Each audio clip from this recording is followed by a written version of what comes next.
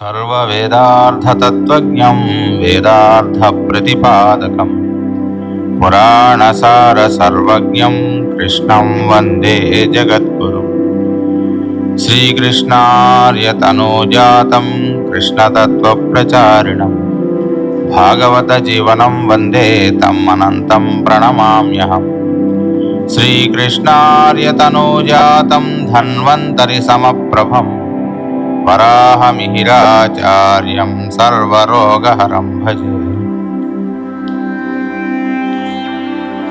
ये पादाब्जरजम्बुवेदततियौ ये पादपद्मम्बुलन्देपै चिन्दिनतेन जिह्नुसुतयो ये पादमुल्मुक्तिकिन् सोपानम्बुलु भक्तकोटिకి అవని సొంపారు పాదాబ్జముల్ మా పాలంగల వింక ఎట్టి భయముల్ మాకేటికో శ్రీపతి. ఓం అస్మద్ గురుభ్యో నమః.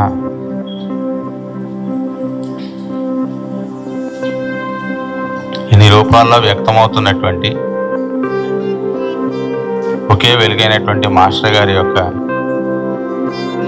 పాదపద్మాలకు నమస్కారాలు.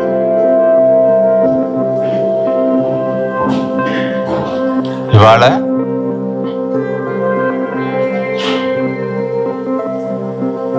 ఈ సాయన పద్ధతిలో సంబంధించినటువంటి సంవత్సరంలో మకర సంక్రమణం డిసెంబర్ 22వ తారీఖు కాబట్టి ఈ సందర్భంగా మీ అందరికీ కూడా సంక్రాంతి శుభాకాంక్షలు.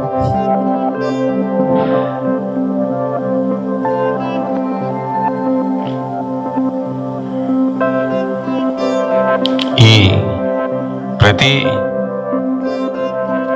రాశికి కూడా సంబంధించినటువంటివి మనకి మాస్టర్ గారు ఆయన ప్రసంగాల్లో గ్రంథాల్లో మనకి అందించారు. అలానే మనకి మెడిటేషన్స్లో అందించారు. దానికి సంబంధించినటువంటి ట్రైట్స్ అనేటువంటివి ఎలా ఉంటాయో అని. ఈ మకరానికి సంబంధించినటువంటిది మంచి వాటిల్లో ఏమో కంటిన్యూటీ ఆఫ్ పర్పస్, అంటే మనం ఏదైనా మొదలు పెడితే దాన్ని చివరి వరకు నిరంతరాయంగా చేయగలగటం అనేటువంటి భగవంతుని యొక్క శక్తికి. అంటే మనం ఏదన్నా పని మొదలుపెట్టి చివరి దాకా చేస్తే అది మనం చేస్తాం అనుకుంటాం, కానీ మనల్ని చేయనిస్తున్నాడు భగవంతుడు అనేటువంటిది ఈ రాశి ద్వారా మనకి వ్యక్తం అవుతుంది. అలానే మొండితనం అనేటువంటిది దీని యొక్క నెగటివ్. అంటే మనం ఏదైనా చెయ్యాలి అనేటువంటిది కూడా దీనికి సంబంధించినటువంటి విషయం అన్నమాట. ఈ మకరానికి సంబంధించినటువంటి కథలు మనకి పురాణాల్లో ఇవ్వబడింది. దీర్ఘతమస్సుడి కథ అనేటువంటిది ఈ రోజుకి సంబంధించినటువంటి కథ. ఒక ఆయన పుట్టేట, ఆయన పుట్టుకతోనే గుడ్డిపట్ట, ఆయనకి పెళ్లి చేశారట, కుమారుడు కూడా పుట్టాట. వాళ్ళందరూ కలిసి వీడు గుడ్డివాడు ఎందుకు ఈ పని చేయడం, వీడికి చూపు పోయిందని ఒక దొంగ కట్టి నదిలో వదిలేశారట. మళ్ళీ అతను సాధన చేసి ఆ దృష్టి అనేటువంటిది ఏదైతే ఉందో అది మళ్ళీ సంపాదించుకున్నాడు. ఈ యొక్క కథ మనకి పురాణాల్లో ఇచ్చారు. ఏమిటిది, మనిషి ఏంటి, గుడ్డివాడైపోవటంటి, మునేంటి, ఋషి ఏంటి అని. అంటే ఈరోజు సంవత్సరంలో రాత్రి అనేటువంటిది ఎక్కువసేపు, పగలు అనేటువంటిది తక్కువసేపు ఉంటుందన్నమాట. దాన్ని మనకి దీర్ఘతమస్సుడు అనేటువంటి వాడిగా మనకి పురాణాల్లో ఇచ్చారు. తమస్సు అంటే రాత్రి, అది ఎక్కువ ఉండేటువంటిది ఈరోజు. అలానే మనకి దేని చేతైనా సరే మనం చేసుకున్నటువంటి వాళ్ళని మనకి మార్గనిర్దేశం ఎప్పుడైతే శూన్యం అయిపోతుందో అప్పుడు సాధన ద్వారా మళ్ళీ మనం ఏదైతే మనకి దృష్టి అంటే ఏది ఎక్కడ ఎలా ఉందో మనకి తెలియటం అన్నమాట. ఒక గదిలో కనుక చీకటిగా ఉంటే మనం అటు ఇటు నడుస్తుంటే అక్కడ ఉన్నటువంటి వస్తువులన్నీ కాళ్ళకి తగులుతుంటాయి. అలానే మనకి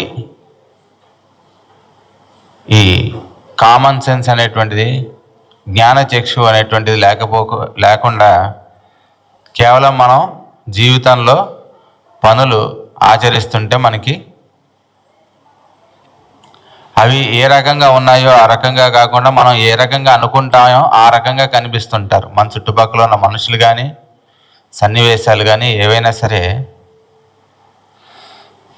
మనం అనుకున్నట్టుగా కనిపిస్తాడు. వీడు మంచివాడు, వీడు చెడ్డవాడు, ఇది మంచి పుస్తకం, ఇది చెడ్డ పుస్తకం అనేటువంటివి మన దృష్టిలో, అంటే వీడు ఏ రంగు కళ్ళద్దాలు పెట్టుకుంటే ఆ రంగుగా ప్రపంచం కనిపిస్తుందని చెప్పారు మాస్టర్ గారు. ఆ రకమైనటువంటి దృష్టిలో మనం వెళ్తున్న కొద్దీ మనం ఏం చేస్తున్నా సరే బాధాకరంగానే ఉంటుంది. అంటే మనం ఇన్ని సంవత్సరాల నుంచి మనం ఈ డిస్పెన్సరీకి వస్తున్నాం, ఇన్ని సంవత్సరాల నుంచి మనం సర్వీస్ చేస్తున్నాం, ఇంతమంది రోగులకి మన ద్వారా సేవ జరిగింది, అయినా కానీ ఎందుకో మరి మనం అంటే వీళ్ళందరికీ కిట్టట్లేదు.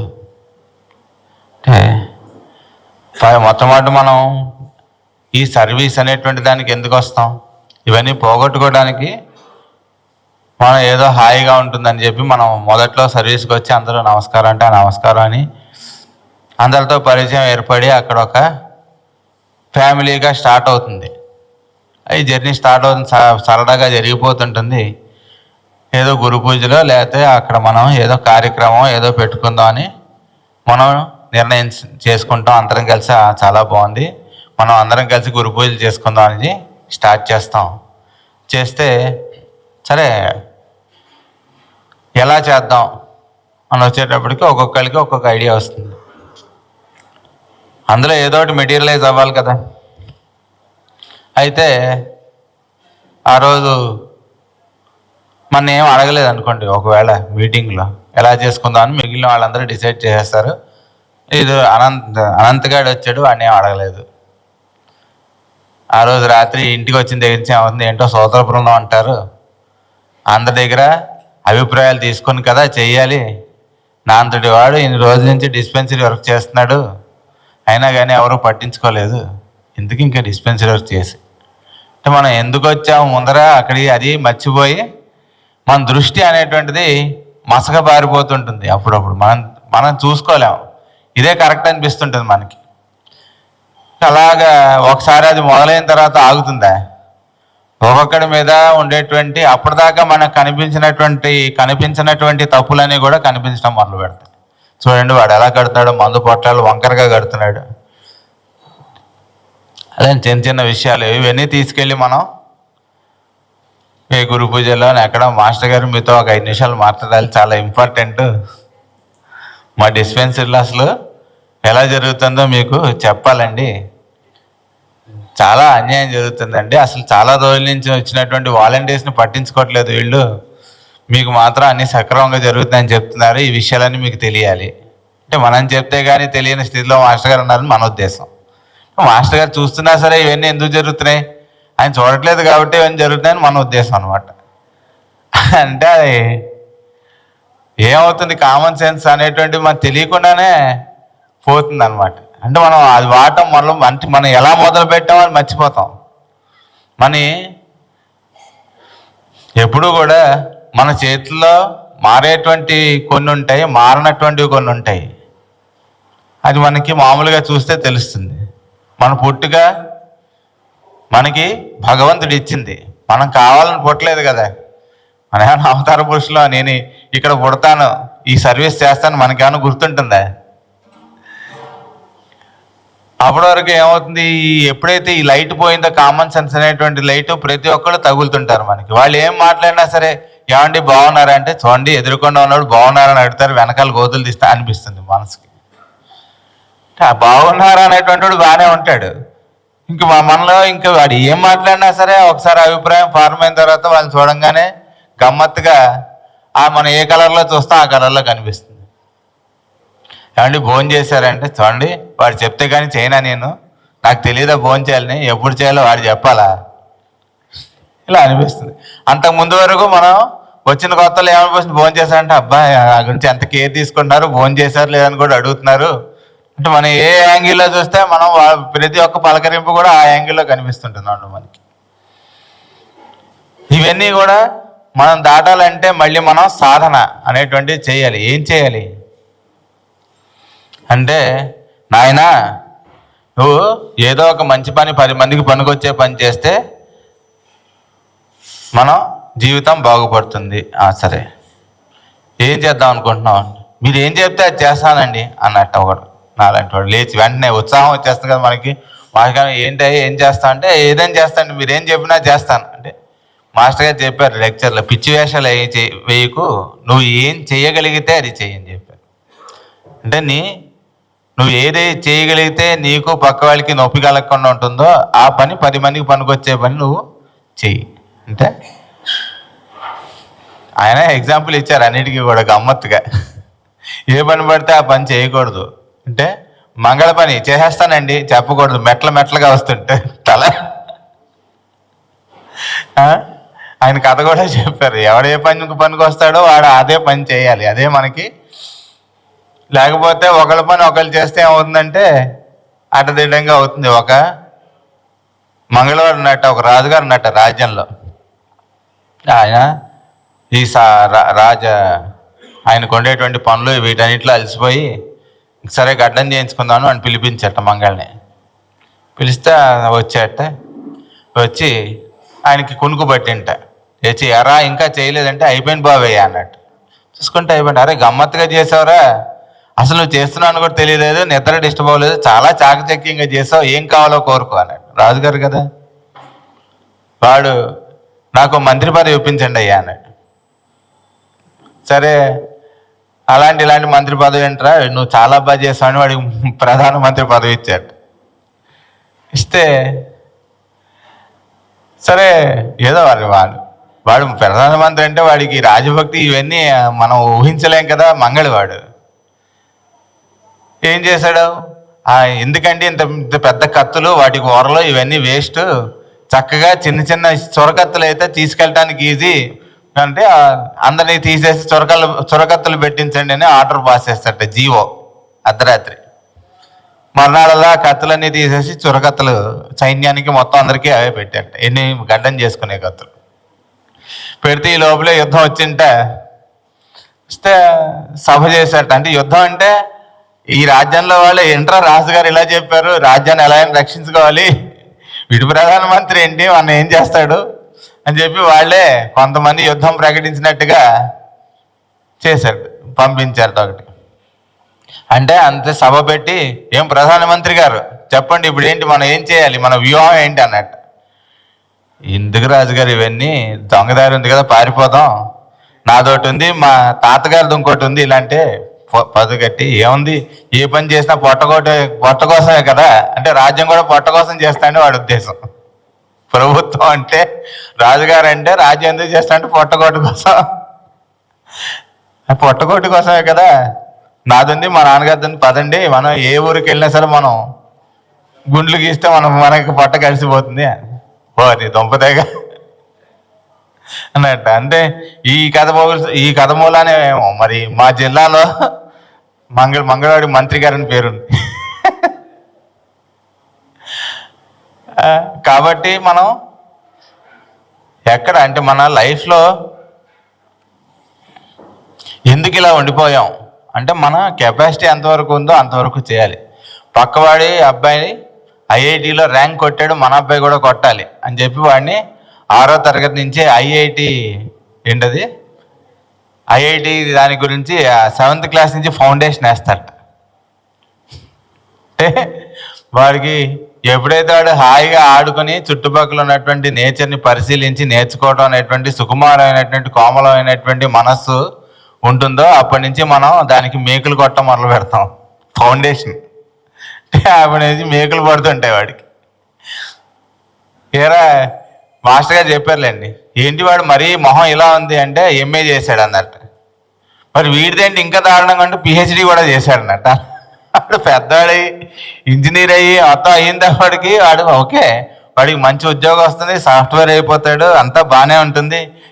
ఎలా ఉన్నావు అంటే వాళ్ళ ప్యాకేజీ కూడా వస్తుంది 12 లక్షలు, 15 లక్షలు, 20 లక్షలు. ఏంటండి ఎలా ఉన్నారంటే ఏముందండి గ్రోత్ లేదంటాడు. గ్రోత్ అంటే ఏమంటారా అంటే తృప్తి అనేటువంటిది లేకుండా జీవితం వెళ్ళిపోతుంటుంది. అన్నీ ఉంటాయి, మిగిలిన చుట్టూ ఉంటాయి, కానీ తృప్తి అనేటువంటిది ఉండదు. తృప్తి అనేటువంటి ఎలా ఉంటుందో అది కూడా చెప్పారు మాస్టర్ గారు. ఆ కథ కూడా పతంజలి యోగ సూత్రాల్లో చెప్పారనమాట. ఏంటంటే ఒక భార్యాభర్త ఉన్నారట. వాళ్ళు ఏం లేదు, ఫుట్పాత్ మీద ఉన్నారట. అంటే సరే ఏదో అయింది, వాళ్ళవన్నీ పోయి వాళ్ళు వచ్చేసారు. భార్యాభర్త వచ్చేసి సరే ఒక కొట్టు దగ్గరికి వెళ్ళి ఒక బస్తా కొబ్బరి పీచు మాకు అప్పు కావాలి, 1/2 బస్తా కావాలన్నట్టు. సరే మా దగ్గర డబ్బులు లేవు, నేను డబ్బులు వచ్చిన తర్వాత ఇస్తాను, సరే తీసుకెళ్ళి అన్నట్టు. ఆ కొబ్బరి పీచు తోటి వాళ్ళు తాళ్ళు తయారు చేసి అమ్మారట. అమ్మితే నెక్స్ట్ డే కల్లా సగం పే చేసి మేము ఇంకో బస్తా కావాలి, డబ్బులు తర్వాత ఇస్తానట్టు. సరే తీసుకెళ్ళి అన్నట్టు.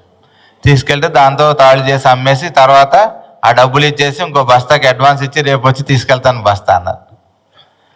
రోజు వాళ్ళు చేస్తుంది ఏంటి, సంపాదించిన దాంట్లో సగం ఏమో దానికి పెట్టి సగం ఏమో శుభ్రంగా ఇద్దరు హాయిగా భోజనం చేసి పడుకుంటున్నట్టు. అంటే వీళ్ళు హాయి అనేటువంటి దానికి కంటెంట్మెంట్కి మనం ఈ నెలకు 25 లక్షలు 20 లక్షలు సంపాదించేటువంటి వాడికి కంపేర్ చేస్తే హాయిగా ఎవరున్నారు అంటే వాడు కూడా హాయిగా ఉండదలుచుకుంటే. ఏ పరిస్థితుల్లో అయినా సరే మనం హాయిగా ఉండదలుచుకుంటే. మాస్టర్ గారికి అంతకృష్ణ గారి కాళ్ళకి సెల్యులైటిస్ వచ్చింది, అందరికీ తెలిసిన విషయం. అది ఇంతకుముందు చాలా బాగా కొద్దిగా ఎక్కువ ఇబ్బంది పడుతుండేవాళ్ళు, వాపులాగా ఉండేవి. సరే ఆయన మామూలుగా కార్యక్రమం గురు పూజలు ఆ తర్వాత శ్రీశైలం వెళ్ళారు. ఒక ఆవిడ అడిగారు, మాస్టర్ గారు మీరు ఎంత బాధపడుతున్నారు, నాకేం బాధ లేదన్నారు. అంటే మనం శరీరానికి ఏదన్నా మనం హాయిగా ఉండొచ్చు, మన చుట్టుపక్కల పరిస్థితులు ఎలా ఉన్నా మనం హాయిగా ఉండొచ్చు. ఆ హాయి అనేటువంటి దానికోసం ఇంకేదన్నా చేస్తే హాయిగా ఉండడం, కానీ హాయిగా ఉంటే మిగిలినవన్నీ ఎలా ఉన్నా సరే పర్వాలేదు అనేటువంటి స్థితికి మనం ఆ కామన్ సెన్స్ అనేటువంటి చక్షు ఉంటే కానీ మనకి దీన్ని తగలకుండా. మాస్టర్ గారికి ఈకే గారికి ఒకసారి కురుపు వచ్చింది, సెగ్గడ్డ, కదలడానికి వీలు లేకుండా, రూములోంచి కూడా బయటికి వెళ్ళడానికి వీలు లేకుండా అంత విపరీతమైనటువంటి నొప్పితోటి సెగ్గడ్డ వచ్చింట. దాని పర్యవసానం ఏంటయ్యా భాగవత రహస్య ప్రకాశం ఆ టైంలో ఆయన రాయటం జరిగింది. మనలాంటి వాడికి 99 వస్తే అయ్యి బాబోయ్ ఈ కొంప మునిగిపోయింది, ప్రపంచం ఆగిపోతుంది, నాకు జ్వరం వచ్చింది నాయనో అని ముసుగు తట్టి పనుకుంటాడు నాలాంటి వాడైతే. మనకి ఒకసారి అయినా కూర్చుని ఈ కేస్ షీట్లు తీసి పాత డిస్కంటిన్యూడ్ కేస్ షీట్లు తీయటం, వాటి నెంబర్లు వేసుకోవటం, అన్నీ సరిగ్గా చూసుకోవటం, ఫైళ్ళు సరిగ్గా ఉన్నాయి లేదు చూడటం చేస్తున్నట్టు. ఏంటండి మాస్టర్ గారు ఈ టైంలో మీరు ఇక్కడ ఉన్నారు ఆయన ఎప్పుడు తిరుగుతుండాలి కదా, పేషెంట్లని లేకపోతే లెక్చర్లని లేకపోతే ఎవరికో ఏదో చెప్పడానికో ఏదో సలహా ఇవ్వడానికో. ఆ రోజు తీరిగ్గా కనిపించారు. ఏం లేదా ఈ శరీరానికి కొంచెం జ్వరం వచ్చింది, అందుకనే ఇదేం పెద్ద పని మైండ్కి ఏం అక్కర్లేదు కదా, జస్ట్ ఏదో మెకానికల్గా చేసే వరకు బయటకి ఎక్కడికి వెళ్ళక్కర్లేదు, ఆ పని చేస్తున్నాను. మనకి మెడిటేషన్స్లో ఇస్తారు, translate time into work then time does not exist to you. ఏం చేయాలో అర్థం కావట్లేదు కానీ మనకి ఫ్యూచర్లో మనకేమవుతుందో అనేటువంటి భయం కానీ, లేకపోతే ఏంట్రా ఇప్పటివరకు మనం మాస్టర్ గారు పని చేస్తున్నా సరే మన జీవితాలు ఎలా అయిపోయి అనేటువంటిది కానీ ఏం ఉండదు. ఎప్పుడు ఉంటుంది అది మనం మాస్టర్ గారి వర్క్ కాకుండా మనకి టైం వేరేది మనం ఏదైనా చేస్తుంటే ఆ టైంలో మనకి ఇలాంటివి వచ్చేటువంటి అవకాశం ఉంది. కానీ మనం ఏం చేయాలంటే ఎప్పుడైతే టైం ఖాళీగా ఉంటుందో దాన్ని వర్క్లోకి ట్రాన్స్లేట్ చేయి అని చెప్పారు. ఏదన్నా సరే మాస్టర్ గారి వర్క్ ఏదైనా సరే ఏముంది, ఆయన ఇంత వాంగ్మయాన్ని ఇచ్చారు, ఇన్ని కావ్యాలు ఇచ్చారు, ఏదన్నా చదువుకోవచ్చు. అవన్నీ ఎక్కడ చదువుతామండి, మాస్టర్ గారు ఇవన్నీ చెప్పారయ్యా అని మనం అనుకున్నాం అనుకోండి సరదాగా. నా బోటి వాడు ఏమంటే ఆయన అవతార పురుషుడు కాబట్టి అవన్నీ చేయగలిగాడండి, మనం ఎక్కడ సామాన్యమైన మనుషులు మేము ఇలానే ఉండదలుచుకున్నాం అని అర్థం. మనం ఎప్పుడైతే బాగుపడాలనిపిస్తుందో అప్పుడు ఉదాహరణలన్నీ పనిచేస్తాయి, అంతే కదా. ఎప్పుడైతే మనం హాయిగా ఉందాం అనుకున్నామో అప్పుడు మిగిలిన వాళ్ళు మన గురించి ఏమనుకుంటున్నారనేటువంటి దురద మనకి పోవాలి.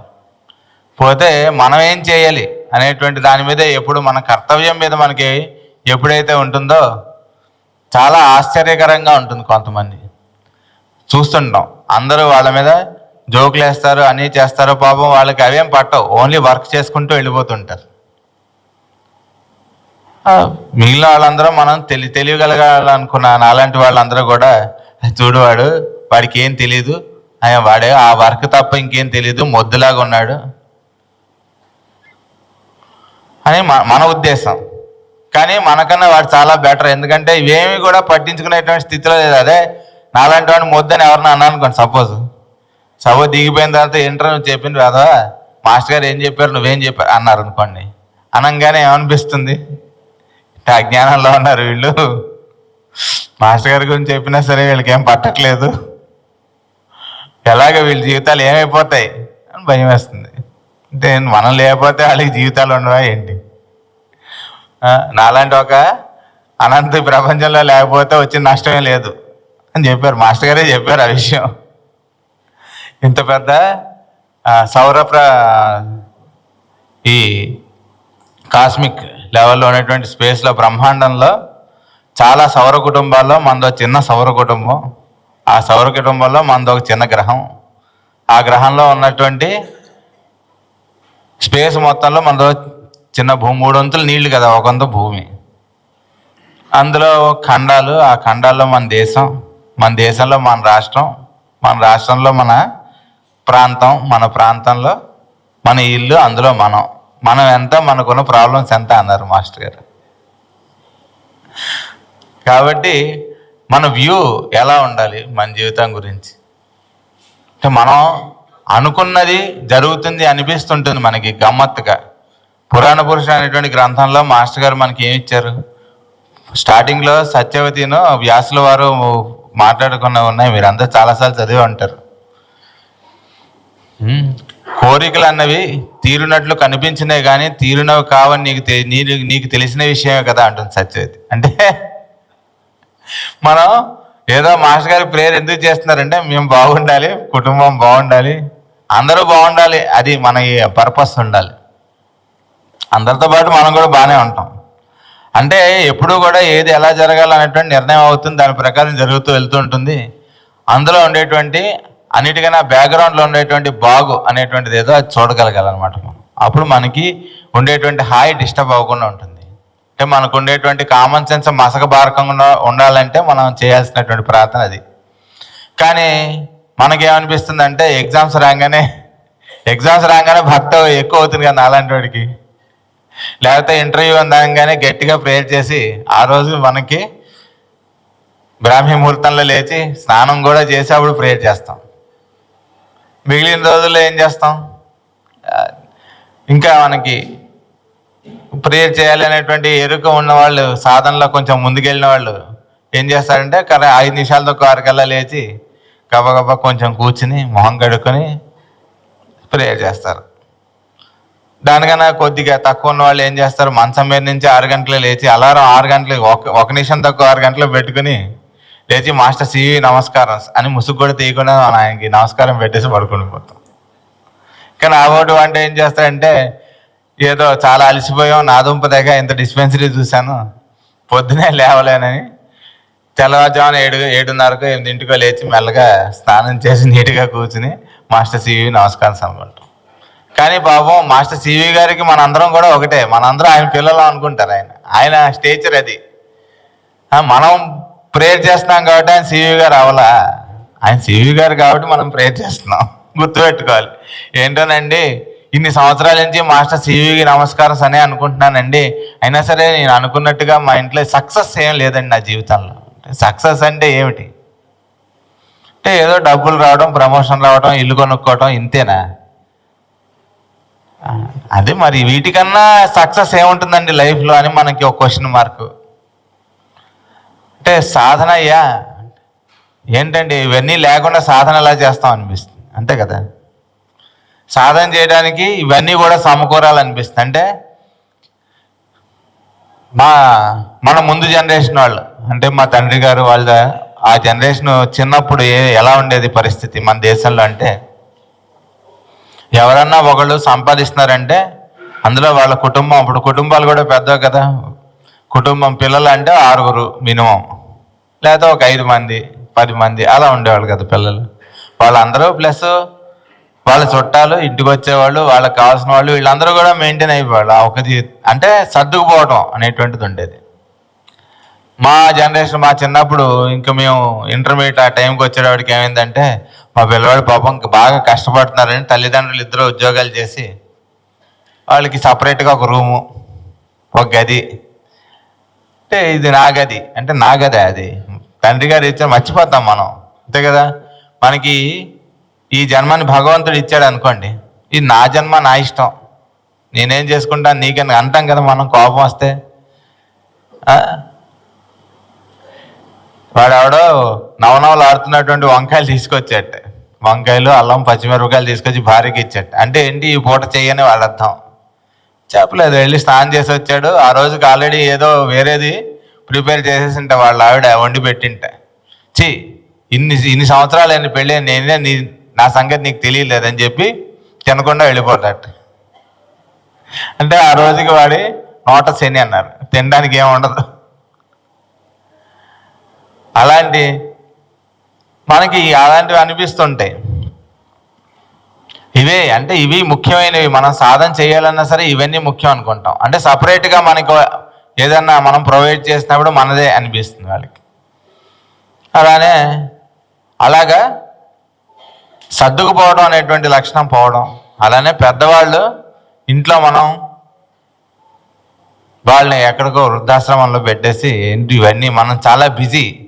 దేంటి బిజీ అంటే పొద్దునే మనం ఉద్యోగం చేయడం, మధ్యాహ్నం సాయంత్రం దాకా ఉద్యోగం చేయడం, ఇంటికి వచ్చి చాలా అలసిపోయాను అనుకోవటం, సినిమాకి వెళ్ళడం, రాత్రి రావడం, చాలా లేట్ అయిపోయింది అనుకోవటం, పడుకోవటం, లేకపోతే సెల్ చూడటం. అందులో మనం ఇప్పుడు వెబ్ సిరీస్లు బోల్డని వచ్చాయి కదా, ఏదో ఒకటి చూడటం, టైం అయిపోయింది అనుకోవటం. ఇంత బిజీ లైఫ్లో మనకి ఎలా కుదురుతుంది వీళ్ళని చూడటం అనుకోవటం. వాళ్ళని ఎక్కడో చేసేసి దాన్ని డబ్బులు అయితే కట్టేస్తాం మనం. ఈ కాలంలో డబ్బులు చాలా ఈజీ కదా, కట్టేసి అప్పటికి చాలా మంచి ఆశ్రమం చూసండి, మా నాన్నగారు వాళ్ళు చాలా బాగా చూసుకుంటారు అక్కడ అని చెప్పడం. అదంతా మనం గొప్పదాం. ఇప్పుడు సివిలైజేషన్ అంటే అది అంటే ఎంత వచ్చినా సరిపోవట్లేదు అనిపిస్తుంది మనకి. అప్పుడు ఏమవుతుంది, మన పిల్లలు, మనం భార్యాభర్తలు ఇద్దరం కూడా మనం వెళ్ళిపోయి సంపాదించడంలో పడిపోతే పిల్లలు మరి వాళ్ళని చూడడానికి ఎవరంటే, అప్పుడు చిన్నప్పటి నుంచి వాళ్ళకి 2 ఏళ్ళు రాగానే తీసుకెళ్ళి ప్లే స్కూల్లోనో, క్యాచీ అంటారు ఇప్పుడు, అక్కడో ప్లే స్కూల్లోనో ఎక్కడో పడేసి మన పని అయిపోయింది అనుకోవడం. అక్కడ వాళ్ళు చదువు చెప్తున్నారు అనుకుంటా. అంటే మన పిల్లలకి మనం చెప్పుకోవడం అనేటువంటిది పోయింది. వాళ్ళు ఎవరో చెప్తారని నమ్ముతాం, వాళ్ళు డబ్బులు కడతాం. చివరికి వాడు పాడైపోతే ఏంటనండి, ఆ స్కూల్లో అప్పటికి మంచి స్కూల్లోనే చూసి జాయిన్ చేశానండి, అయినా మా పిల్లాడు పాడైపోయాడు అంటాం. మాస్టర్ గారి దగ్గరికి వచ్చి చెప్పాడు ఒక ఆయన, మా పిల్లాడు అస్సలు ఎందుకు పనికి రాకుండా పోయాడండి, అస్సలు బిహేవియర్ అసలు ఏం బాగోలేదు, చాలా దారుణంగా ఉంటున్నాడు, ఏంటండి అన్నట్టు. మీ పిల్లాడు కాబట్టి అన్నట్టు. అంటే పిల్లలకి మనం కనీసం ఒక 10 నిమిషాల్లో బాగుంటే వాళ్ళ కోసం ఒక స్పేర్ చేసి వాళ్ళ జీవితానికి పనికొచ్చేటువంటి విషయాలు వాళ్ళు అడిగినప్పుడు ప్రతి ఒక్కరి పిల్లలు అడుగుతారు ఏదో, అప్పుడు మనం వాళ్ళు విసుక్కోకుండా జాగ్రత్తగా చెప్పగలగాలి. గబాలను ఏంటంటే, ఈ ప్రపంచం అంతా ఎక్కడి నుంచి వచ్చినా అడిగట. మన ఈ మధ్య ఓ 2-3 రోజులు అయిందేమో మా అబ్బాయి ఎక్కడి నుంచి వచ్చిందే, భగవంతుడు దగ్గర నుంచి వచ్చిందన్న. భగవంతుడు అంటే ఎవరు అని అడిగాడు. భగవంతుడు అంటే ఎవరంటే, ఈ అన్నింటినీ సృష్టి చేసేవాడే భగవంతుడు. అంటే వాడి పేరేంటంటే, ఏ పేరైనా పెట్టుకోవచ్చు వాడిని. అందుకనే ఒక్కొక్కరు ఒక్కొక్క పేరు పెట్టుకుంటారు, వాళ్ళు పేరు పెట్టుకుని ఏ పేరు నచ్చినా పిలుచుకోవచ్చు అన్న. ఎందుకన్నా అంటే మనకి మాస్టర్ గారు ముందు చెప్పున్నారు కాబట్టి, చిన్నప్పుడు మా పెద్దవాళ్ళు మాకు భారతీయ భాష నేర్పించారు కాబట్టి ఆ మాత్రం చెప్పగలిగాం. అంటే భగవంతుడు అనేవాడు ఇవన్నీ సృష్టిస్తాడు, మనకి ఆహారం భగవంతుడి దగ్గర నుంచి వస్తుంది చెప్పారు. అంటే ఒక చిన్న కథ చెప్పారట ఫ్లేవర్స్కి మాత్రం. మాస్టర్ గారు మనకి ఇచ్చారు ఏంటంటే, నువ్వు ఏం తింటావు రోజు అంటే, అన్నం తింటాను. ఎక్కడి నుంచి వస్తుంది అన్నం? బియ్యం ఉంటాయి మా ఇంట్లో డబ్బాలో, అమ్మ దాంట్లో వండుతుందని చెప్తాడు. డబ్బాలోకి ఎక్కడి నుంచి వస్తాయంటే రేపు కనుక్కునిరా అంటాడు. అంటే వెళ్తాడు, అమ్మ బియ్యం ఎక్కడి నుంచి వస్తాయి మనకంటే బస్తాలోంచి బియ్యం డబ్బాలోకి వస్తాయండి. బస్తాలోకి ఎక్కడి నుంచి వస్తాయి అంటే కొట్టు ఉంటుంది, అక్కడికి వెళ్ళి మా నాన్నగారు తీసుకొస్తారు, అందులోంచి కొట్టులోంచి బియ్యం వస్తాయి. కొట్టులోకి ఎక్కడి నుంచి వస్తాయి అంటే కొట్లోక అని వాడు సైంటిస్ట్ అవుతాడు. అప్పుడు ఇంటికి వెళ్ళి కనుక్కుంటాడు కొట్లోకి ఎక్కడి నుంచి వస్తాయంటే పొలం అనేది ఉంటుంది, అక్కడ విత్తనాలను వేస్తారు, దున్నుతారు, అక్కడి నుంచి ఇలా మొక్కలు వస్తాయి, మొక్కల నుంచి ధాన్యం వస్తుంది, దాంట్లోంచి మన బియ్యం వస్తాయి నాన్న తినడానికి అని చెప్పాట ఓపిక. చెప్తే వీడు సైంటిస్ట్ వచ్చి క్లాస్లో వాళ్ళ ఫ్రెండ్స్ అందరికీ చెప్పాట ఇలా వస్తాయి బియ్యం అంటే. సరే మరి మొక్కల్లోకి ఎక్కడి నుంచి వస్తాయి నాన్న ధాన్యం రూపంలో బియ్యం అని చెప్పి అడిగాడు. అంటే ఆన్సర్ లేదు. భగవంతుడు ఇస్తాడు నాన్న, అది భగవంతుడి స్వరూపం అంటే అలా ఎవరికి కావాల్సిన ఆహారాన్ని వాళ్ళకి ఇచ్చి రక్షిస్తుంటాడు ఈ ప్రపంచంలో అందరినీ కూడా అని చెప్పాలి. అప్పుడు పొలిటికల్ వేషాలు వేయకొట్ట. భగవంతుడు అంటే ఎవరంటే వాడు మనకి నచ్చిన పేరు చెప్పేసి వీడు తప్ప ఇంకెవరు కాదు అలాంటివి చెప్పకు. భగవంతుడి స్వరూపం అనేటువంటిది అలా ఉంటుంది, మన అందరినీ రక్షిస్తుంటాడు. అంటే మన చేత ఏ పని చేయించాలో మన దేనికి ఫిట్టో ఆ రకమైనటువంటి ఎబిలిటీ ఒక్కొక్కడికి ఇచ్చి మనని సమాజంలో ఈ ప్రపంచంలో వదిలిపెడతారు మనిషి. అదే అలా మనం దేనికి పనికి వస్తాం అనేటువంటిది మనం అసెస్ చేసుకోవడం కోసం ఈ సాధన ఇవన్నీ కూడా మనకి ఇచ్చారు. ఆ రకమైనటువంటి సాధన చేసి మనం దేనికి పనికి వస్తాము అంటే ఫస్ట్ టైం మనం డిస్పెన్సరీకి వెళ్ళామనుకో, చిన్నప్పుడు మేము ఆడుకుంటుంటే వచ్చి పొట్లాలు కట్టమనేవాళ్ళు. ఆ చినియం మార్సలు వేస్తున్న పొట్లాలు కట్టి డబ్బాలో వేయటం ఫస్ట్ మా డిస్పెన్సరీ వర్క్ అదనమాట. పొట్లం కట్టడం ఎలా నేర్పిస్తే ఆ చినియం మార్సు లెస్తేను పౌడర్లు ఉంటాయి, అవి పొట్లాలు వేసి ఆ డబ్బాలోకి వేయటం అనేటువంటిది వర్క్. ఆ తర్వాత పేర్లు పిలవడం, నెంబర్లు పిలవడం, నెంబర్లు ఫైల్ తీసివ్వడం, మెల్లగా అలా ఒక్కొక్క స్టెప్ ఎక్కి మనం ఏదో పనికి వచ్చే అంటే మనం దేనికి పనికి వస్తాం అనేటువంటిది మనం అసెస్ చేసుకుని డిస్పెన్సరీ వర్క్ వెళ్ళండి అంటే అక్కడికి వచ్చి ఏం చేయాలి అంటే పేర్లు పిలవండి అన్నాడు. అంటే పేర్లు పిలవడం కూడా ఒక వర్కేనా? డిస్పెన్సరీ వర్క్ అంటే ఏదో మనకి పెద్ద విషయాలు చెప్తారు, లేకపోతే మందులు ఇమ్మంటారు, లేకపోతే పక్కన కూర్చొని స్లిప్పులు రాయమంటారు అనుకున్నాం. మరి పేర్లు పిలవడం మా ఏజ్కి కూడా వాళ్ళు గౌరవం ఇవ్వట్లేదు అనిపిస్తుంది కొంతమందికి. డిస్పెన్సరీలో తుడవడం దగ్గర నుంచి ఫైల్ సర్దడం దగ్గర నుంచి పిలవడం దగ్గర నుంచి అన్నీ కూడా వర్క్ అనేటువంటిది ఉంటుందన్నమాట. ఆ వర్క్లో మన వంతుది మనం పార్టిసిపేట్ చేయటం అనేటువంటి దాంట్లో మనం దేనికి పనికి వస్తాం అంటే మనం ఏది చేయగలం అది చేయటం అనేటువంటిది ఎప్పుడైతే మన వైపు నుంచి మనం మొదలు పెడతామో ఆటోమేటిక్గా మన కర్తవ్యం అనేటువంటిది ముందర మనకి లైట్ కనిపిస్తుంటుంది. ఆ సాధన చేసి ఈ దీర్ఘతమసుడు ఏం చేశాట ఆ రకమైనటువంటి కళ్ళు పొందాట. అంటే ఏం చేయాలి నెక్స్ట్ కర్తవ్యం ఏంటో అది ఉన్మీలనం అవటం అనేటువంటిది వాడికి చక్షువులు ఆ సాధన చేసిన తర్వాత వచ్చేట. అది ఈరోజు కథ అనమాట. అలానే మనకి ఈ గజేంద్ర మోక్షం అనేటువంటిది ఉంటుంది కదా, అది కూడా దీనికి సంబంధించినటువంటి ఈ రకమైనటువంటి సాధనకు సంబంధించినటువంటి కథ అనమాట. అంటే ఆ గజరాజు ఉన్నట్ట, వాడికి రాణీలు పిల్లలు పరివారం అందరూ ఉన్నట్ట. నా అంతటి వాళ్ళు లేదనుకో మరి ఎందుకు ఎవరు ఆడగలరు? కావాలంటే పెద్ద పెద్ద చెట్లను పడగొట్టేయగలట. చాలా బలవంతుడు నేను, ఈ ప్రపంచంలో నన్ను మించిన బలవంతుడు ఎవరు లేరు అనిపిస్తుంది. ప్రతి ఒక్కరికి కూడా కొంతకాలం అయినప్పటికి అలా అనిపించవచ్చు. ఇప్పుడు అలాంటి వాడికి అందరూ వచ్చి మీరు బాగా మందులు ఇస్తారు 10 మంది అన్నారు అనుకోండి, మనం వెనకాల ఫోటో పెట్టుకున్నామని మర్చిపోతాం. మందులు ఎవరు ఇస్తున్నారో మర్చిపోతాం కదా, నేనే ఇస్తున్నా అనిపిస్తుంది. చాలా బాగా ఇస్తారండి అంటే నిజమే కావచ్చు అనిపిస్తుంది అలాంటి వాడికి. అనగానే కొంచెం ఇంకా అయితే నేను ఇంకోళ్ళు ఎవరో మంది ఇచ్చారంటే వాడా వెంటనే స్టార్ట్ అవుతుంది మసకబారడం. అంది ఎంతసేపు దీపం పెడితే చిమినీకి మసకబారడం ఎంతసేపు, అది క్లీన్ చేసుకోకపోతే మాటికి ఆ మసకల నుంచి కనిపిస్తుంటుంది. అంటే మన కామన్ సెన్స్ అలా ఏడుస్తుంది అనమాట. వాడు ఎవడో మంది ఇచ్చాడండి, మీరు ఇచ్చిన తర్వాత బాగా తగ్గిందంటే అలానే ఉంటుంది. స్టార్టింగ్లో వేస్తే తగ్గుతుంది, తర్వాత మనం వాడిని చూస్తాను అనిపిస్తుంది లోపల అలాంటి వాడికి. అంటే నేనే బాగా మందిస్తున్నాను అనేటువంటి ఒక దురహంకారం. అంటే నాకన్నా గొప్పవాడు ఎవరు లేరు అనిపిస్తుంటుంది. అలా అనిపించింటే వాడికి కూడా అనిపించేటప్పటికి ఆటోమేటిక్గా బురదలో దిగాడు. ఏనుగు ఎంత బలవంతుడైనా సరే స్నానం చేసిన తర్వాత ఇసుక తలుచుకుంటుంది కదా, అలాగా మన గురించి మనం సెల్ఫ్ డబ్బా. మేము మెడికల్ కాలేజ్ జాయిన్ అయినప్పుడు ఫస్ట్ ఇయర్లో మాకు ర్యాగింగ్ ఉండేది. అందులో ఒకటి సరదాగా ఉండేది అనమాట. ఏంటంటే నీ గురించి నువ్వు చెప్పుకో అనేవాడు. అంటే ఏంటంటే నా పేరు అనంతాచార్య, శబాష్ శబాష్, మా నాన్నగారి పేరు శబాష్ శబాష్, నేను ఈ ఊరు నుంచి వచ్చానని చెప్పుకోవాలి. అలాగా మనం అంటే ఏమనుకుంటున్నావు అనిపిస్తుంటుంది. అదంతా బుర్ర చల్లుకోవటం. మనం ఎలా కనిపిస్తున్నాం మనకు తప్ప మిగిలిన వాళ్ళు కదా మన మొహం కనిపిస్తుంది. మనం కోపడ్డాం అనుకోండి, లేదా మనం ఏడ్చామనుకోండి, మిగిలిన వాళ్ళు కదా మన మొహం చూస్తారో. మనం ఎలా ఉన్నామో మనకు తెలియదు. ఒకసారి అద్దంలో చూసుకొని తెలుస్తుంది. మాస్టర్ గారు ఎప్పుడు కూడా ఏదైనా ప్రశ్నించుకోవాలంటే ఏం చెప్పారు? గదిలోకి వెళ్ళి శుభ్రంగా అద్దంలో చూసుకొని నీ మొహాన్ని నువ్వు అడుగు, నువ్వేం ప్రశ్న వేయాలనుకుంటున్నావు, నీకు సమాధానం తడుతుంది అంట. ఏంటి వీడు ఇలా బిహేవ్ చేస్తున్నాడు అంటే, నువ్వు వెళ్ళి అద్దంలో నుంచుని అడుగు, అద్దం ఎదుర్కొన్నా నుంచుని ఎందుకు ఇలా తప్పుగా బిహేవ్ చేస్తాడు మన క్వశ్చన్ చేసుకున్నాం అనుకో, అప్పుడు మనకి ఆన్సర్ వస్తుంది. ఇంకొన్ని క్వశ్చన్ చేస్తే డిస్కషన్ వస్తుంది, దానివల్ల టైం వేస్ట్ వస్తుంది, ఉన్న వర్క్ నుంచి వేరే అయిపోవడం ఉంటుంది, కానీ దానివల్ల ప్రయోజనం ఉండదు. కాబట్టి అలాగా వీడు అలా బుర్ర జల్లుకొని మెల్లగా దాంట్లో దిగాడు, ఆ నదిలోకి. అంటే సంసారం అనేటువంటి కోపంలోకి నేను వాడు అనేటువంటి భేదాన్ని చూడటం అనేటువంటి మొదలుపెట్టాడు, పరమాత్మను చూడకుండా.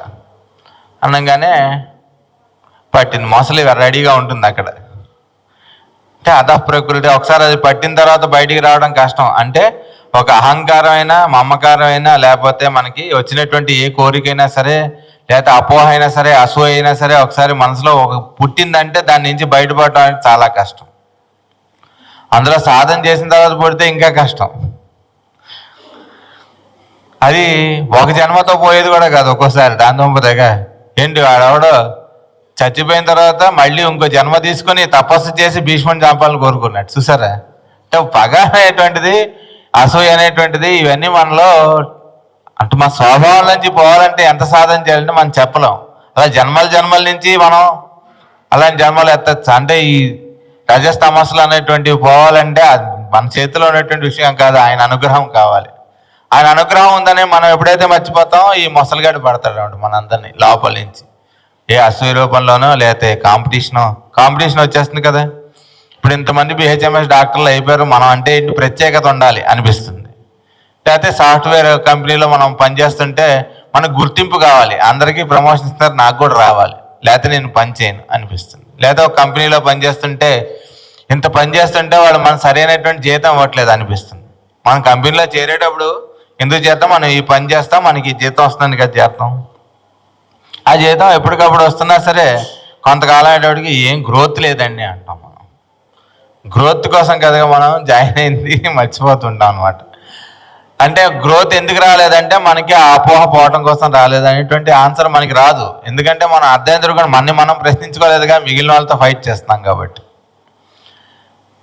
అంటే వీటిలోంచి ఒకసారి పట్టిందంటే అది కాదు, నా చేతిలో ఏం లేదని తెలిసే వరకు మనం దాంట్లోంచి బయటికి రాలేం. అది ఆ కథలో ఉన్నటువంటి.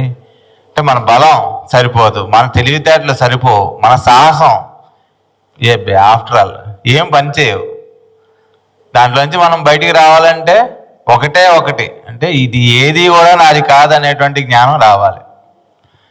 అంటే ఈ వర్క్లో మనం చేస్తున్నటువంటిది ఏమీ లేదు, వెనకాల మాస్టర్ గారు ఉన్నారు కాబట్టి నడుస్తుంది. ఎదుర్కొనే వాడికి రోగం తగ్గిందంటే మన గొప్పతనం కాదు, మాస్టర్ గారి ఫోటో వెనకాల ఉంది. ఇప్పుడు మాస్టర్ గారి ఫోటో వెనకాల ఉంది అనుకోండి, వచ్చే వాళ్ళందరూ ఇలా అంటుంటారు. మనకు పెట్టారనుకుంటే దాని నమస్కారం హాస్యాస్పదం అనమాట. అలాంటి వాడికి అనిపించవచ్చు, అందరూ నాకు నమస్కారాలు పెడుతున్నారు, నేను చాలా గొప్పవాడిని అయిపోయాను అనుకోవచ్చు. ఆ ఫోటో వెనకాల సో అది లేకుండా మనం ఒక్కలే ఉన్నాం అనుకోండి, ఏముంటుంది, ఏమి లేదు. నువ్వు చంపుతున్నా అనుకోకు. భగవద్గీతలో కృష్ణుడు చెప్పాడు, నువ్వేదో గొప్పవాడి వీళ్ళందరినీ నువ్వు యుద్ధం చేసి చంపేస్తున్నా అనుకుంటున్నావు, వాళ్ళు ఎప్పుడో చేశారు, వాళ్ళందరూ ఎప్పుడో అయిపోయారు. ఆ ద్రౌపదీ దేవిని సభలోకి ఈడ్చుకొచ్చినప్పుడే వాళ్ళందరూ అయిపోయారు నాన్న, ఏదో నువ్వు నిమిత్త మాత్రం, నువ్వు నీ ద్వారా జరుగుతుంది అంతేగా, నువ్వేదో చేస్తున్నా అనుకో. కానీ అర్జునుడి వారికి చెప్పాడు కృష్ణ పరమాత్మ, మనం చేసే పని ఎంత, మనం వేస్తే తగ్గిపోతున్నాయని మనం అందరం కాన్ఫిడెన్స్గా చెప్పుకున్నాం, కానీ మనం వేస్తే తగ్గని కేసులు కూడా ఉన్నాయని మనకు తెలియాలి. అంతే కదా, మనం వేస్తే అన్నీ తగ్గిపోతున్నాయి. వాళ్ళు తగ్గాల్సిన టైం వచ్చింది కాబట్టి ఆ టైంకి నువ్వు అదృష్టవశాత్తు మాస్టర్ గారి యొక్క డిస్పెన్సరీలో ఉండగలిగావు కాబట్టి నీ ద్వారా జరిగింది కాబట్టి ఆ పని వాళ్ళకి తగ్గింది అని నువ్వు గుర్తుపెట్టుకోవాల్సినటువంటి విషయం. ఈ రకమైనటువంటి ఇది మనకి లోపల నుంచి వచ్చే వరకు కూడా ఆ మొసలు వదలడం అనమాట. ఇంకా అన్నీ మనకి బాధలే ఉంటాయి అప్పటి నుంచి. మాస్టర్ గారు కనిపించంగానే ఒకసారి ఏడ్ చేస్తూ ఉంటా పొలమని. మాస్టర్ గారు వాళ్ళ గురువు గారు ఉండేవాళ్ళ ఒక ఆయన వేరే ఊరు వెళ్ళి వాళ్ళ పని చూసుకుని వాళ్ళ కొలీగ్ ఆయన స్వర్గస్థులు అయినట్ట వాళ్ళ ఆవిడ్ని పలకరించడం కోసం వెళ్తున్నారు. అంటే కృష్ణమాచార్యులు నువ్వేం మాట్లాడుకో నేను చేస్తాను చూస్తూ ఉన్నాను చెప్పి అలాగేనండి. లోపలికి వెళ్ళంగానే పాపం ఆవిడ ఈయన చూడంగానే ఒకసారి మొదలు పెట్టింటే మరి ఆయన అండి అదేంటమ్మా మొన్న వచ్చాను కదా నువ్వు ఆల్రెడీ ఇవన్నీ చెప్పేసావు అన్నట్ట. ఆహా అని ఆపేసింటే ఏడుపు. కాబట్టి ఏదో మళ్ళీ ఇటువైపు వచ్చాను ఒకసారి చూసి పలకరించాలని వెళ్దామని చెప్పారు ఆయన. మాస్టర్ గారి రీతిలానే ఉంది ఇది కూడా. కాబట్టి మాస్టర్ గారు కనిపించగానే మనలోని బాధలన్నీ మనకి వచ్చేస్తాయి. కొంతమంది అలా చెప్తారు కూడా, భగవంతుని ప్రార్థించాలంటే భగవంతుడు ఎదుర్కొని మనం ఏడవాలి. అంటే ఏడుపు వస్తే ఏడవచ్చు కానీ ఏడుపు తెప్పించుకుని ఏడవకూడదు, అది ఆయన టైం వేస్ట్ కదా. మాస్టర్ గారు ఏమనుకుంటారో మనం ఏడవకపోతే, లేకపోతే మన ప్రాబ్లమ్స్ని ఇంపార్టెంట్ అనుకోరు మాస్టర్ గారు ఏడవకపోతే ఏం ఉండదు. ఆయన తెలియదా మనం అంటే ఏంటో, మనం చెప్తేనే తెలిసేటువంటి ఆయన మాస్టర్ గారు ఏంటి మర్చిపోతాం. మనం మర్చిపోయి మనల్ని మనం ఆత్మవిచక్షణ చేసుకోరా అంటే మనం చిన్నప్పటి నుంచి ఇప్పటిదాకా ఏం తప్పులు చేస్తాం వాడన్నీ గుర్తు చేసుకొని ఒకసారి ఏడ్ చేస్తే ఆ పాపాలన్నీ పోతాయి. ఏం పోవు. ఇంకోళ్ళు పనికొచ్చే పని చేస్తే సర్వీస్ చేస్తే పోతాయి, కానీ అది చేయరా అని చెప్తే మనకి ఏమనిపిస్తుంది, వాడు ఇలా చేశాడండి మాస్టర్ గారు, నేను ఇంతకాలం నుంచి చేశాను, వాడికి మనవాడే కదా మన సర్కిల్లో వాడే కదా అని చెప్పి ఇంత అమౌంట్ అప్పిచ్చాను, నా దగ్గరే ఉన్నదంతా కూడా వాడికే ఇచ్చేసాను, నమ్మేశాను, ఒక కాగితం కూడా రాసుకోదు, వాడు నన్ను మోసం చేశాడు చూడండి చెప్తాను. జరిగే రోజు మనం చూస్తున్నాం చుట్టుపక్కల ప్రపంచంలో. ఇంకొకసారి ఇచ్చిన తర్వాత మనం ఏంటి అయిపోయింది. ముందే నువ్వు ఎంతవరకు ఇస్తే వాడితో కాంప్లికేషన్ లేకుండా ఉంటుందో ఆలోచించుకుని అంత ఇచ్చేసాయి చెప్పారు మాస్టర్ గారు. మళ్ళీ వాళ్ళ దగ్గర నుంచి వస్తుందని ఎక్స్పెక్ట్ చేయకు, అప్పుడు నీ ఆనందానికి భంగం కలగదు. అంతేగాని మనకి తలకు మించింది వేరే వాడి దగ్గర మనం అప్పు తీసుకొచ్చి వీడికి ఇచ్చేసి వేలేంటి డిఫెన్స్ అన్నారు కదా అని వాడు ఏదో బాధల్లో ఉన్నాడని మనం అలాంటి పనులు చేసాం అనుకోండి, పోనీ వాడు మంచివాడైనా సరే వాడు తీర్చగలిగే స్థితిలో ఉండాలి కదా, లేదా కనీసం నువ్వైనా తీర్చగలిగే స్థితిలో ఉండాలి. ఆ రెండు లేకుండా ఎప్పుడైతే ఇలాంటి పనులు చేసామో చిక్కుకుపోతాం. మంచి పని అయినా సరే బంధిస్తుంది అది. కాబట్టి మనం మంచిది అనుకోవడం చెడ్డది అనుకోవడం ఇవన్నీ కూడా మోసలే అన్నమాట. పట్టి బయటికి వెళ్ళనివ్వదు, లాగుతుంటుంది లోపలికి. జీవితంలో మన ప్రయత్నాలన్నీ ముందు చేస్తాం. మనం వీళ్ళ చేత చెప్పించడం వాళ్ళ చేత చెప్పించడం, ప్రామిసరీ నోట్ తీసుకెళ్ళి కోర్టులో పెడతాం. చూడండి ప్రామిస్ చేశాడు, ఇంత అమౌంట్ ఇచ్చిన, వాడు కూడా సంతకం పెట్టాడు అంటాడు. Very good. ప్రతిసారి కోర్టుకి వెళ్ళడం, నెక్స్ట్ మంత్ ఈ తారీఖుకి రా అంటుంటాడు వాడు. మన పనులన్నీ కాకుండా మళ్ళీ మనం కోర్టుకి వెళ్ళి దాని చుట్టూ 10 సంవత్సరాలు 20 సంవత్సరాలు తిరిగితే అప్పుడు గెలిచాం అనుకోండి, వాడు డబ్బులు ఇస్తా అనుకున్నాడు అనుకోండి, చెక్ ఇచ్చాడు అనుకోండి, అప్పుడు ఇచ్చేవాడు మధ్యలో నీకు ఇన్ని డబ్బులు వస్తున్నాయి కదా నాకేంటి అంటాడు. అన్ని డబ్బులు ఒరే దానికి ఇంకా అంత ఖర్చు అయిందిరా, కోర్టు చుట్టూ 2 సంవత్సరాలు తిరిగాను వాడికి, అయినా నీకు ఫేవరబుల్గా వచ్చింది కదా నాకు ఎంత ఇస్తావు, చూస్తున్నాం కదా ఇవన్నీ. వాడికి ఏదో చదివించుకొని చివరికి మనకు వచ్చేది ఎంత ఉంటుంది, అవేం చేయకుండా మన దగ్గర ఎంత మిగలాలో అంతే ఉంటుంది. ఈ శ్రమ అంతా ఎక్స్ట్రా అనమాట. కాబట్టి అలాంటి శ్రమ నుంచి మనల్ని మనం బయటపడేసుకోవడం ఏంటయ్యా అంటే మనం హాయిగా ఉంటాం అనేటువంటిది నేర్చుకోవాలి. అంటే మనకి శరీరానికి ఏదైనా వచ్చినా, పరిస్థితులు ఎలా ఉన్నా, ఫైనాన్షియల్గా ఫ్యామిలీ పరంగా ఏ రకంగా వచ్చినా సరే మనం హాయిగా ఉండటం అనేటువంటిది ప్రాక్టీస్ చేయటం. ఆ సాధన కోసం ఈ రకమైనటువంటి పరిస్థితులు మన చుట్టూరా మనం నేర్చుకోవడం కోసం మనకి కల్పింపబడుతున్నాయి అనేటువంటిది ఆ దృష్టి మనకి రావాలన్నమాట.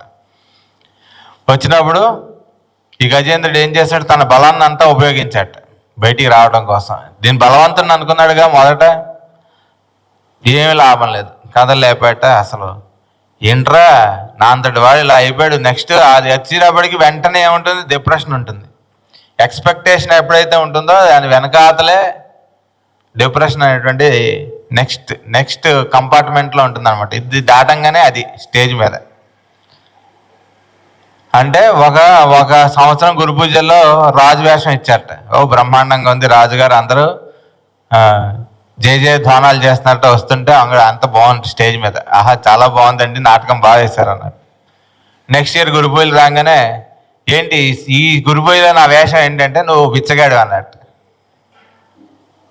అదేంటండి ఇంత బతికి బిచ్చగాడా? బతుకు నీది కాదు ఆయన, నీకు ఇవ్వబడింది కాబట్టి ఈ ప్లేలో ఏ క్యారెక్టరో అది చెయ్యి అన్నారు.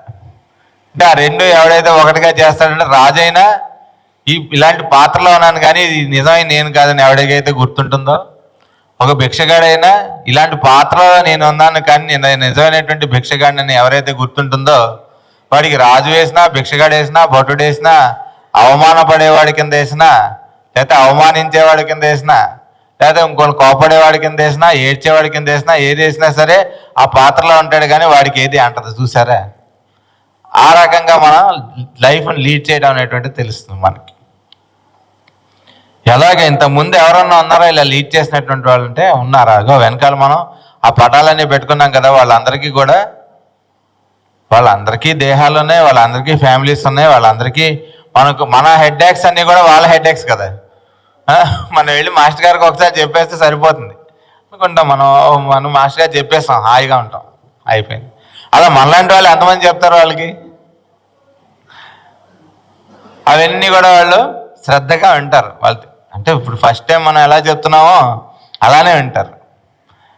మా బాబాయ్ దగ్గర మా చిన్నప్పుడు ఎక్కువ ఆయన ఉండేవాళ్ళు పక్కన, చూసేవాడు అనమాట. ఆయన మొత్తం A to Z అంటే వాళ్ళు పుట్టిన దగ్గర నుంచి ఇప్పటి వరకు వాళ్ళ చరిత్ర మొత్తం అంతా కూడా పూసగుచ్చినట్టు తెలిసినా సరే వాళ్ళు వచ్చి ఏదైనా విషయం చెప్తుంటే శ్రద్ధగా వినేవాడు చివరిదాకా.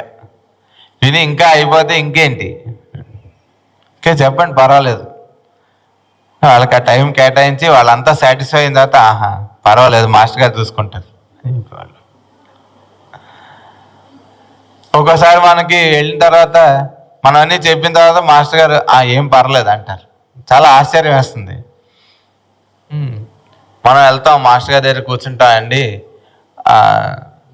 మా పిన్ని గారికి ఇలా ఆరోగ్యం బాగోలేదండి, చాలా తేడా చేసింది, సుస్థి చేసింది, రేపో మాపో అంటున్నారు డాక్టర్ గారు, చాలా భయం వేస్తుందండి. ఏం పర్లేదు నాయన అన్నారు. అంటే మాస్టర్ గారు ఏం పర్లేదు అన్నారు, ఇంకా ఆవిడకి ఏం పర్లేదు అనుకుంటాం మనం. అంటే మన లాంగ్వేజ్ మనకు తెలియదుగా, మాస్టర్స్ లాంగ్వేజ్. అంటే ఏం కొంపేం మునిగిపోలేదు, ఈ జన్మ దీంతో అయిపోతుంది, వచ్చే జన్మలో ఆవిడ మంచి బాడీ వస్తుందని వాళ్ళ ఉద్దేశం. మన ఉద్దేశం ఏంటంటే ఈ బాడీలోనే ఇలా ఈడుస్తూ మనతో పాటు ముక్కుతూ మూలుగుతూ బతుకుతుందని మన ఉద్దేశం. అంటే ఆవిడకి ఏ రకంగా హాయిగా ఉంటుందో, ఆవిడకి ఏ రకంగా చూడాలో ఆయనకు తెలుసా మనకి తెలుసా? ఏం పర్లేదు అన్నారు, మర్నాడే పోయింది. ఏంటో మాస్టర్ గారు అనుకుని వెళ్ళాం, ఇంత చెప్పి నమస్కారం పెట్టుకున్న తర్వాత ఏంటో ఇలా జరిగింది. అంటే నేను అంతటి పాపాత్మనో, నేను ఎంత ఘోరాలు చేశానో వెళ్ళి మాస్టర్ గారు చెప్పినా సరే మనం పని అవ్వలేదు అనేవాళ్ళు కొంతమంది. ఏంటో మాస్టర్ అంటారు, వెళ్తారు, ఏం పర్వాలేదు అన్నారు, అయినప్పటికీ ఇలా అయింది ఏంటో, నేను మాస్టరే కాదని డౌట్ వచ్చేవాళ్ళు కొంతమంది. ఇలా రకరకాల కేటగిరీలో ఉంటాం కదా మనం. అంటే మనం అనుకుంది అవ్వకపోతే మనం ఏంటో తెలుస్తుంది. అనుకుంది అయిపోయినంతకాలం నాలాంటి భాగవతోత్తముడు ఇంకోటి లేడు అనిపిస్తుంటుంది కదా. ఎవరిని చూసినా హాయిగా ఉంటాం, పలకరిస్తాం, బాగున్నారా అంటాం, నవ్వుతూనే ఉంటాం. ఇప్పుడు ఏదన్నా కష్టం కలిగినప్పుడు ఆ మొహం అలానే ఉంటే, మాస్టర్ గారు చెప్పేవాడు ఆయన స్పీచ్లో, పొద్దున పట్టాభిషేకం అంట అన్నాడు. బీపీ చూశారు, చూస్తే కరెక్ట్గా నార్మల్గా ఉంటా రాములకి. అనగానే మళ్ళీ తెల్లవారుజామున అయ్యేటప్పుడు నువ్వు అడవులకి వెళ్ళాలి అని చెప్పాట. అప్పుడు కూడా బీపీ చూసారట, చూస్తే నార్మల్గానే ఉన్నట్ట. బీపీ అప్పుడు హై బీపీ రాలేదు, ఇప్పుడు లో బీపీ రాలేదు అన్నారు. అంటే పరిస్థితుల వల్ల హాయిగా ఉండటం కాకుండా హాయిగా ఉండటం, స్వభావంగా హాయిగా ఉండటం అనేటువంటిది ఏంటో ఆ సాధన వచ్చే వరకు కూడా ఆ సాధనాపరంగా మనని పట్టి పీడిస్తున్నటువంటిది ఈ మొసలి అనేటువంటి రూపంలో ప్రతి ఒక్కరికి జరుగుతుంటుంది రోజు. దాని నుంచి ఎప్పుడయ్యా మనం బయటపడతాం అంటే, ఇదంతా నా బలం అంటూ ఏం లేదు స్వామి, ఇదంతా నువ్వు ఇచ్చినటువంటిదని ఎవరికైతే గుర్తుంటుందో, అంటే మనం ఎవరైతే మనం సృష్టించాడో వాడి యొక్క లీలగా ఈ ప్రపంచం నడుస్తుందని ఎవరికైతే గుర్తుంటుందో మనకున్నటువంటి జ్ఞానము, తెలివితేటలు, మనకు వచ్చినటువంటి నాలెడ్జ్, తర్వాత మనం చేయగలిగినటువంటి సర్వీసు, బలము, మన ఆరోగ్యం, ఇవన్నీ కూడా భగవంతుడు ప్రసాదించినటువంటి, ఆయన ఇచ్చినటువంటివన్నీ మనకి ఎప్పుడైతే బాగా మన స్వభావంగా తెలుసుకుంటామో. జ్ఞానం అంటే తెలియటం, బుద్ధి తెలియటం వల్ల కాకుండా అనుభవంగా మనకి తెలియటం. అంటే భగవంతుడిగా మనం ఉన్నప్పుడు ఆటోమేటిక్గా ఒక్కోసారి మనకి తడుతుంటుంది. అంటే ఇప్పుడు ఎవరైనా వచ్చారనుకోండి, సపోజ్ నాలాంటి వాడికి కూర్చున్నాను, మందులు ఇస్తున్నాను, ఎవరైనా వచ్చారు కూర్చున్నారు, వాడు మర్చిపోయిన ఏవో మనకి తడతాయి. మనం ఏదో అడగంగానే వాడు అవునండి అంటాడు. అన్నంగానే నాలాంటి వాడికి ఏమనిపిస్తుంది, ఏదో మనకి శక్తులు వచ్చాయనిపిస్తుంది. ఏం ఉండదు. మనం మాస్టర్ డిస్పెన్సరీలో ఎప్పుడైతే కూర్చుంటాం ఆటో ఎవరికైనా పనిచేస్తుంది. అది ఏమ్మా నువ్వు ఇంతకు ముందు ఎప్పుడైనా ఇలా జరిగిందంటే అవునమ్మా అవునండి అంటారు. ఆయనకి ఎలా తెలుస్తుందండి, వాళ్ళకి ఆశ్చర్యం. అంటే అది మన గొప్పతనం కాదు, వెనకాల ఉన్నాయని తట్టిస్తాడు. అలాగే ఆడెవడో ఉన్నట్ట సాధన అదేంటి శక్తులు రావడం కోసం సాధన చేస్తున్నట్ట. ఈ ప్రపంచంలో అంతా ఇబ్బందిగా డిస్టర్బెన్స్గా ఉందని అడవుల్లోకి వెళ్ళాట. వెళ్ళి కూర్చున్నాడు, ఒక చెట్టు కింద మంచి ఆసనం వేసుకున్నాడు, సాధన చేస్తున్నాడు. చేస్తుంటే పైనుంచి రెట్టేసి ఉంటాయి ఒక పక్షి. చూడంగానే చచ్చిపోయింది కింద పడి. అమ్మ నాకేదో శక్తులు వచ్చాయి, పవర్స్ వచ్చాయి అన్నారు మాస్టర్ గారు. పవర్స్ వచ్చాయి అనుకున్నట్టు వాడు. అనుకున్నట్ట వెళ్ళేట భిక్షాటన కోసం వెళ్ళేట వాడు. వెళ్ళి ఒక ఇంటి దగ్గరికి వెళ్ళి భవతి భిక్షాం దేహి అన్నట్ట. ఆవిడ రాలేట. మళ్ళీ గట్టిగా అన్నట్ట భవతి భిక్షాం దేహి అని. నా అంత శక్తి కలిగిన వాడు వచ్చాడు, నువ్వు ఏంటి ఏమనుకుంటున్నావు అని. అందుకనే ఆవిడ బయటకు వచ్చింట వేస్తే ఇలా చూస్తున్నట్టు వాడు లేటుగా వచ్చిన కోపంగా. ఎప్పుడైనా మనకి పేషెంట్లు చాలా దూరం నుంచి వచ్చి ఎప్పుడైనా లేట్ అయింది అనుకోండి, మన టైం కాకుండా మనకు ఆకలేస్తుంటుంది, తర్వాత ఇంకేదో ప్రోగ్రామ్ ఉంటుంది, అర్జెంట్ విషయం ఉంటుంది. అలాంటప్పుడు వచ్చి బాబు మేము చాలా దూరం నుంచి వచ్చి మందు ఇస్తారా అని అడుగుతారు. అప్పుడు మనం వాళ్ళు ఎలా చూస్తాం అలా చూసేవాడికి అడవిలో పక్షిని అనుకున్నావు పడి చచ్చిపోవడానికి అంటే అమ్మ దొంపదేగా అడవిలో ఎక్కడ ఎవరు లేరు, నేను పక్షి తప్ప ఆవిడకి ఎలా తెలిసింది అనుకుంటా. అమ్మా నీకు ఈ దృష్టి ఎక్కడి నుంచి? నీ బాడీ మొనగాడికే ఉంటుంది అనుకోకు, ప్రపంచంలో ఎవరికైనా ఉంటుంది అలాంటి దృష్టి. అంటే వీడేదో సాధన చేస్తున్నాడు, ఆ పక్షికి పోయే కాలం వచ్చినప్పుడు ఆ టైంలో వేసింది రెట్ట. వీడు చూడంగానే పడిపోయింది, అది వీడి శక్తి అనుకున్నాడు కదా. అంటే మనం మందేస్తే తగ్గిపోయిందని మనం అనుకున్నట్టు అనమాట. అనుకున్నాడు వాడు ఏదో. మనం పొద్దునే అనుష్ఠానం చేసుకుంటూ ఉంటాం. ఉత్తిష్టంతో భూత పిశాచ అని మనం నీళ్లు చల్లితే అక్కడ వెళ్ళే చేవ కూడా అటు ఇటు కదలదు, అది అలానే వెళ్తూ ఉంటుంది గమ్మత్తుగా. భూత పిశాచాలు ఎక్కడ లేస్తాయి అన్నారు. అంటే మన మైండ్లో ఉన్నటువంటి అడ్డంకులు పోవాలని అలాంటి మంత్రాలు ఇచ్చారు. కానీ బయట భూతాలు పిశాచాలు అని మనలో ఉంటాయి. మనం ఏ దృష్టితో చూస్తాం ఆ దృష్టితో కనిపిస్తాయి. వాడు ఎవడికో మేకప్ వేస్తున్నట్ట. వేస్తుంటే మధ్య మధ్యలో అర్థం చూసుకుంటే సరిపోయేది, వాడు చూసుకోలేట. చివరి దాకా బ్రహ్మరాక్షసి వేషం వేస్తున్నట్టు.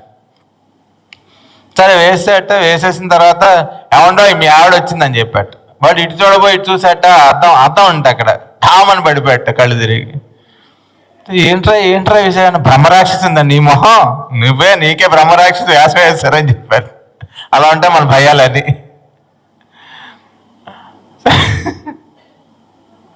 కాబట్టి ఆవిడ చెప్పేటోడికి ఆడికి ఆశ్చర్యం, ఏమిట్రా మన ఎడవలో ఎక్కడో జరిగింది ఈవిడికి ఎలా తెలిసింది అనుకున్నట్టు.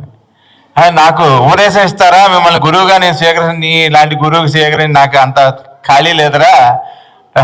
ధర్మవ్యాధుడు అని ఒక ఆయన ఉంటాడు, ఆయన దగ్గరికి వెళ్ళు, ఆయన దగ్గర నీకు నచ్చితే నీ బోడి బుర్రకి నేర్చుకో, నీకు తోచిందేమో నీకు 4 ముక్కలు చెప్తాడు, నేర్చుకో బాగుపడతావు అని చెప్పాడు. సరే వెళ్ళాట, అడ్రస్ కనుక్కున్నట్టు అక్కడ ఇక్కడ ఏం చేస్తున్నాడని.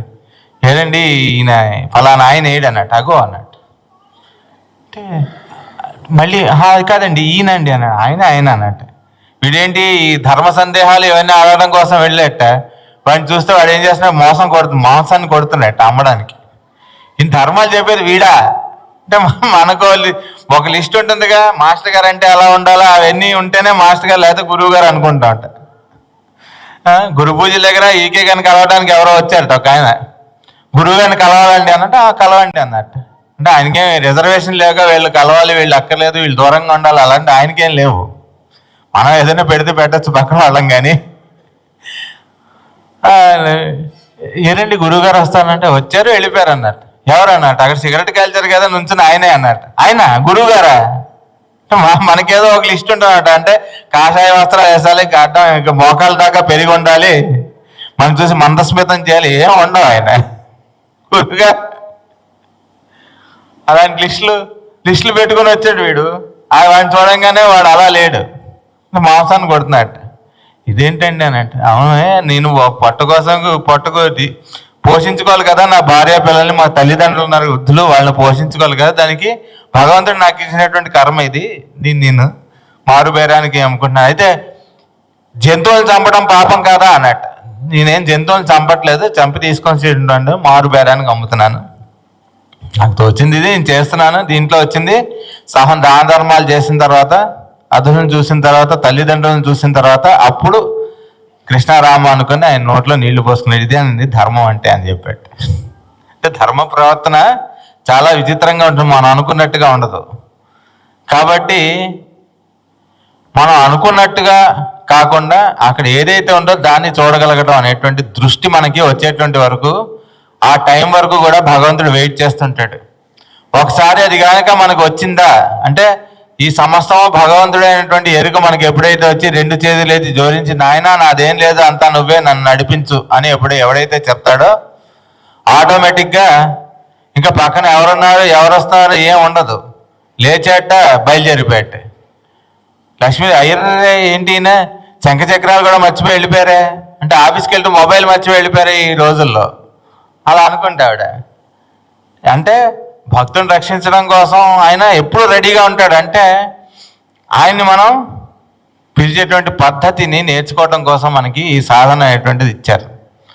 కనుక ఆటోమేటిక్గా ఇంకా భగవంతుడు వస్తే ఏముంది, ఆయన వెనకాల అంతా పరివారం అంతా కూడా వస్తారు. మనకి ఆ టైంకి మనం దాని నుంచి ఎలా బయటపడాలో ఆ రకమైనటువంటి ఉపాయం భగవంతుడే మనకి ఇస్తాడు. భగవంతుడే ఆయన సుదర్శనం అంటే అది చక్రం, దాంతో ఆ మొసలిని చంపేస్తాడు. సుదర్శనం అంటే సుదర్శనం అంటే మంచి దర్శనం. ఎక్కడ అన్ని చోట్ల కూడా భగవంతుని దర్శించగలిగేటువంటి దృష్టి ప్రసాదించేటప్పటికి ఆటోమేటిక్గా ఏం లేదు, అంతా మాయగా శుభ్రంగా ఉన్నాడు. ఆ మొసలు లేదు, ఏమి లేదు, నీళ్ళు లేవు, అంతా బ్రహ్మాండంగా ఉన్నాడు.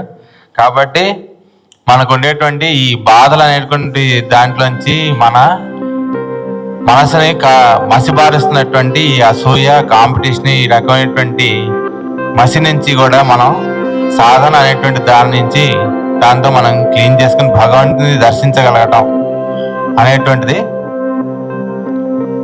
మనకి ఆ రకమైనటువంటి దృష్టి మనందరికీ కూడా మాస్టర్ గారు కల్పించి, మనందరం కూడా కలిసి చక్కగా ఒక మంచి పని అనేటువంటి దాంట్లో పాలు పంచుకునేటువంటి సద్బుద్ధిని మాస్టర్ గారు మనందరికీ కూడా ప్రసాదించును గాక. ఆ రకమైనటువంటి శక్తిని, ఆరోగ్యాన్ని ఆయనే మనందరికీ కూడా ప్రసాదించును గాక.